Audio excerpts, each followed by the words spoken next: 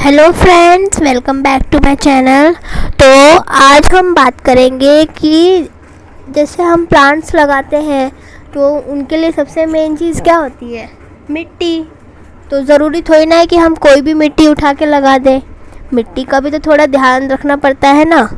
तो आज हम उसी बारे में बात करेंगे। मेरी वीडियो उसी के बारे में है कि पौधों में मिट्टी डालते हुए कैसी मिट्टी चुने या कैसी मिट्टी कौन से प्लांट को सूट करेगी। तो आइए चलते जानते हैं।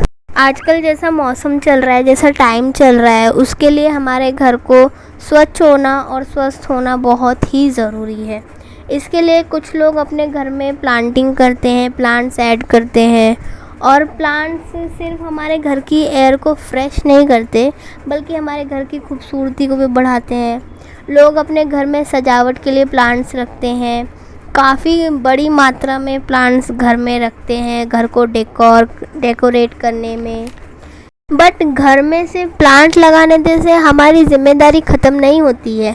हमें ये भी देखना पड़ता है कि हम पौधे में किस तरह की मिट्टी डाल रहे हैं, कैसी मिट्टी डाल रहे हैं, उस मिट्टी में पूरे पोषक तत्व हैं या नहीं, या जो हम खाद डाल रहे हैं वो पौधों के लिए हेल्पफुल होगी या नहीं। कहीं ऐसा तो नहीं कि हम जो खाद डाल रहे हैं वो पौधों के लिए हेल्पफुल ही नहीं है। तो कुछ पॉइंट्स हैं जो हमें हमारे प्लांट के लिए सही मिट्टी का चुनाव करने में हेल्प करेंगे।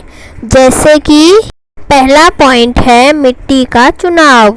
तो हमें हमारे प्लांट के लिए एक ऐसी मिट्टी का चुनाव करना चाहिए जिसमें सभी तरह के पोषक तत्व मिले हुए हों और वो हमारे प्लांट के लिए बहुत ही अच्छी हो, और साथ ही साथ वो मिट्टी जो है वेल ड्रेन हो, पानी अच्छे से सोख सकती हो।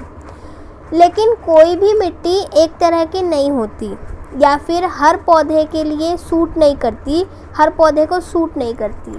मिट्टी का कोई भी चुनाव अगर हमें करना है तो वो मिट्टी की प्रकृति को देख के ही किया जा सकता है या पौधे की प्रकृति पर निर्भर करता है। जैसे जो दोमट मिट्टी होती है वो सभी प्रकार के पौधों के लिए अच्छी मानी जाती है क्योंकि उसमें क्ले की मात्रा ज़्यादा होती है। लेकिन ये मिट्टी आलू और मूंगफली के लिए अच्छी नहीं होती है। आलू और मूंगफली जैसे पौधों को अधिक बालू वाली और हल्की मिट्टी ज़्यादा अच्छी लगती है। पौधों के बेहतर विकास के लिए दोमट मिट्टी उपयुक्त है क्योंकि इस मिट्टी में पोषक तत्व जो होते हैं ज़्यादा होते हैं और इस मिट्टी में पानी को सोखने की क्षमता भी ज़्यादा होती है। अगर आप चाहते हैं कि आपका जो पौधा है अच्छे से खिले, अच्छे से बढ़े, तो आप अपने पौधे की मिट्टी में काफ़ी सारी पोषक तत्व यूज़ कर सकते हैं, जैसे कोकोपीट, वर्मी कंपोस्ट या फिर गाय के गोबर की जो सड़ी हुई खाद होती है वो आप यूज़ कर सकते हैं। इससे आपका जो पौधा होगा वो अच्छा ग्रो करेगा और अच्छे से बढ़ेगा भी और हेल्दी भी होगा। नंबर 2 पे है मिट्टी की प्रकृति। पौधे की अच्छी ग्रोथ के लिए सबसे पहले हमें ये देखना होगा कि पौधे के हिसाब से पौधे की प्रकृति क्या है। क्या पौधे में जो मिट्टी हम यूज़ कर रहे हैं वो अम्लीय है या क्षारीय है। अम्लीय मिट्टी ऐसी होती है जिसमें पीएच का मान जो होता है वो 7.0 से कम होता है और इस मिट्टी में हाइड्रोजन और एल्युमिनियम की मात्रा ज़्यादा होती है जो हमारे पौधों के लिए बहुत ही अच्छा होता है। क्योंकि हमारे पास ऐसे कुछ पौधे होते हैं जिनकी ग्रोथ के लिए पीएच का लेवल और पोषक तत्व का लेवल एकदम संतुलन होना बहुत ही ज़रूरी है। कुछ पौधों की ग्रोथ के लिए अम्लीय मिट्टी जो होती है वो बहुत ही अच्छी होती है। इसलिए हमें अपने पौधों में मिट्टी डालने से पहले हिसाब से चुननी चाहिए और देखना चाहिए कि वो हमारे पौधों के लिए अच्छी है, कि उसमें कितने पोषक तत्व हैं, पीएच की मात्रा कितनी है। ये सब बातों का हमको अच्छे से ध्यान रखना चाहिए। नेक्स्ट है मिट्टी का परीक्षण। पौधे में मिट्टी डालने, अच्छी मिट्टी का चुनाव करने के लिए हमें उसका परीक्षण करना बहुत ही ज़रूरी है। जिसके लिए हम ऐसा कर सकते हैं कि जो मिट्टी हमने चुनी है उसका हम एक सैंपल लेके उसको जो लिटमस पेपर होता है उस पर रखें। अगर वो पेपर लाल हो जाता है तो इससे ये साबित होता है कि उस मिट्टी में पीएच की मात्रा 7 से ज़्यादा है। और यह एक अम्लीय मिट्टी है जो हमारे पौधे के लिए बहुत अच्छी मानी जाती है। तो फ्रेंड्स, अगला पॉइंट है खाद। तो जैसे हमारे प्लांट्स को मिट्टी की ज़रूरत होती है, हमें मिट्टी का चुनाव करना पड़ता है, उसी प्रकार हम मिट्टी में मिक्स करके हमारे प्लांट्स को खाद भी दे सकते हैं। और हमें हमारे प्लांट्स के लिए ऐसी खाद देनी चाहिए जिसमें सभी प्रकार के मैग्नीशियम हो और नाइट्रोजन हो और सभी प्रकार के पोषक तत्व हो जो हमारे प्लांट को अच्छी ग्रोथ दे, अच्छी तरह से हेल्दी बनाए।